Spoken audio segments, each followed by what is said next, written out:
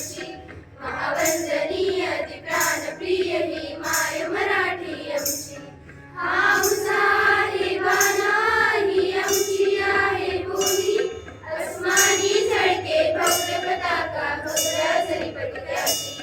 महाराष्ट्र भूमी जन्मभूमी कर्मभूमी ही आमची महावंदनीय ती प्राणप्रिय ही माय मराठी आमची.